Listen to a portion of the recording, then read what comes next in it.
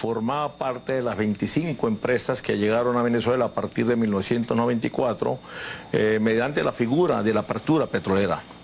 Esas 25 empresas que mediante el proceso de migración a empresas mixtas, que esas 25 empresas que llegaron a migración a empresas mixtas, solamente 2 demandaron. La ExxonMobil demandó ante un tribunal de Londres, en Inglaterra, a PDVSA, y la Corte Suprema de Londres sentenció a favor de PDVSA.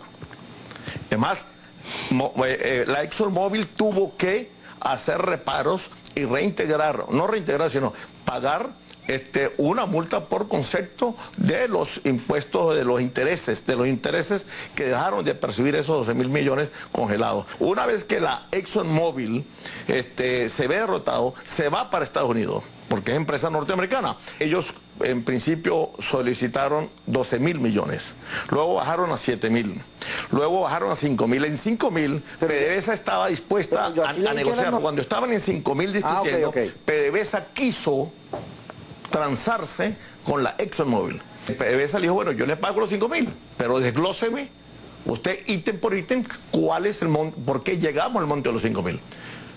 La ExxonMobil, la verdad fue que no pudo o no quiso, no se sabe por qué, demostrar el desglosamiento de los 5.000 millones. Entonces PDVSA dijo, yo así no pago. PDVSA sale allí bien solventada o bien parada. Usted nos acaba de decir, señor David Paravicini, que el laudo o el fallo emitido por el Tribunal de la Cámara de Comercio Internacional es un éxito para la República Bolivariana de Venezuela, pero yo revisando informaciones que están colgadas en distintas páginas web, una de ellas La Patilla, hay quienes dicen o quienes se empeñan en decir que no, que es un fracaso, y quienes parecieran que están a favor del desangre y del desfalco de la nación. ¿Por qué? Mira, bueno, realmente tampoco ayuda mucho la implicación que da Quiroz. El tema es que una vez que se decide expropiar a uno de los socios por razones de Estado, el tema es cuánto valen los bienes expropiados. En este caso se le está expropiando a la ExxonMobil el 40% de las acciones que tenía en esta asociación. El tema de la discusión, cuánto vale la acción, es lo que estaba en discusión, es lo que estaba en el debate. Y sobre la base de qué se valoran, ¿no?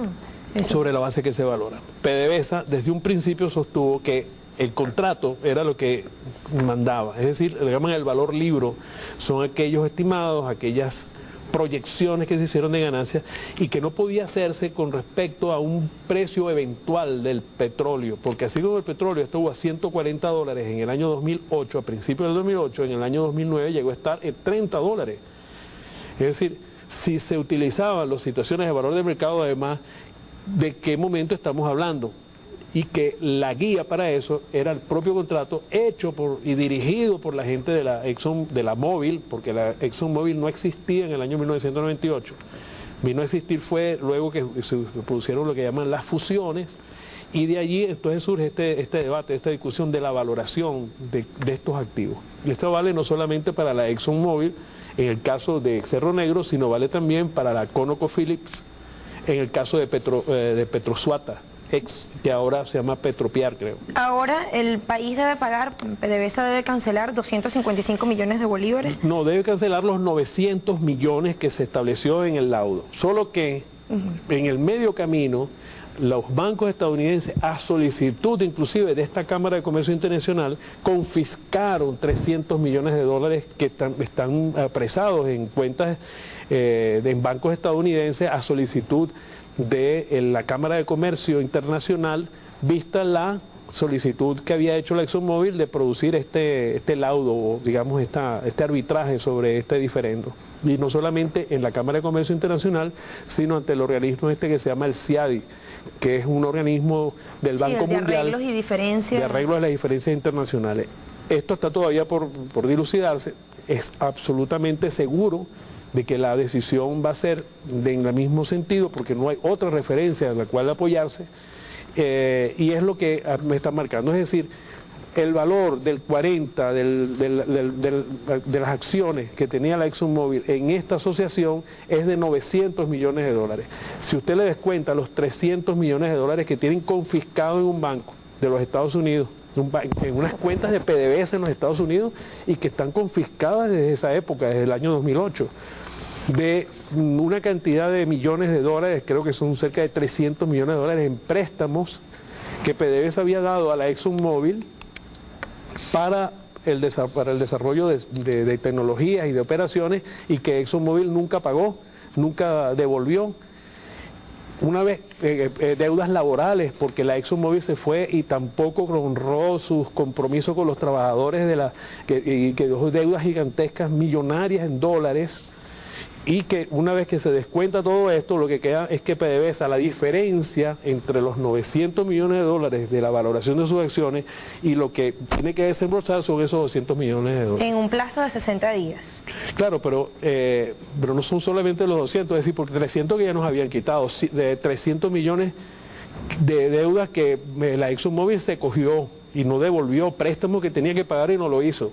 Es decir, es como dice el presidente, son unos verdaderos bandidos y que se aprovechan de su posición mundial y de su alianza con las fuerzas más reaccionarias del Departamento de Estado de los Estados Unidos para crear lo que, en mi opinión, quedó absolutamente revelado, es la intención de producir este tipo de noticias, de pedir 12.000 millones de dólares, cantidades insólitas, con amenazas internacionales, para tratar de contribuir a los factores de oposición antinacionales, antipatriotas, como es el caso de uno que se llama Juan Carlos Sosa, que dirige una película, una revista petrolífera que salió en centenares de programas a defender a la ExxonMobil contra Venezuela. Y otros grupos de venezolanos que actúan. ¿Cómo se entiende que un venezolano pueda defender a una transnacional contra su propio país? Por eso yo creo que es importante que desarrollen esta idea un poco más, busquen en los archivos cómo estos señores en televisión defendían los intereses de los Estados Unidos, que Venezuela era un agresor contra una pobre empresa que lo que había hecho venir a Venezuela a invertir y a traer sus conocimientos. Y que hoy está demostrado no solamente que no eran buenos, con buenas intenciones que venían, sino además un pésimo negociante. Hay una cuenta que hemos sacado donde si ExxonMobil hubiera aceptado las condiciones que Venezuela le puso de quedar como socio no mayoritario sino minoritario, a la fecha, entre el 2008 y la fecha de hoy, ¿la pérdida hubiese sido de cuánto? Las ganancias que hubiera tenido ExxonMobil hubiera sido de alrededor de 4.000 millones de dólares. Es decir, su participación accionaria, no del 60%, sino del 40%, hubiera producido, por los precios del petróleo y la actividad productiva, le hubiera producido a Venezuela una cantidad de ganancias importantes. Por supuesto, como está produciendo en otras asociaciones que tenemos, como tenemos con la Chevron Texaco, en el caso, en otra de las asociaciones estratégicas, o con la Total, Finaelf y la Statoil, que también aceptaron la condición de socio mayoritario de PDVSA. Pero la Chevron Texaco y la ConocoPhillips, por involucrarse en actividades políticas de sabotaje y de terrorismo contra Venezuela, que fue lo que hicieron con estas acciones internacionales, no solamente que ahora hicieron el ridículo, sino que perdieron dinero. Y demuestra lo correcto y la verdadera, como la decisión acertada de ir hacia un proceso de nacionalización de empresas en momentos en que los precios del petróleo lo permitían, porque entonces Venezuela ha podido captar para sus programas sociales, para la inversión nacional, una cantidad de recursos que antes que de otra manera hubiera ido hacia las arcas y hacia las tesorerías de estas empresas transnacionales. De manera que se ha demostrado varias cosas importantísimas con esta decisión. Vamos a escuchar de nuevo a este señor Rafael Quirós. La ExxonMobil, que son dos empresas fusionadas en una, que pertenecieron al grupo de las 7 hermanas, que manejaron el mercado mundial del petróleo como les dio la gana, desde finales del siglo antepasado y buena parte del siglo pasado hasta 1973, 1974.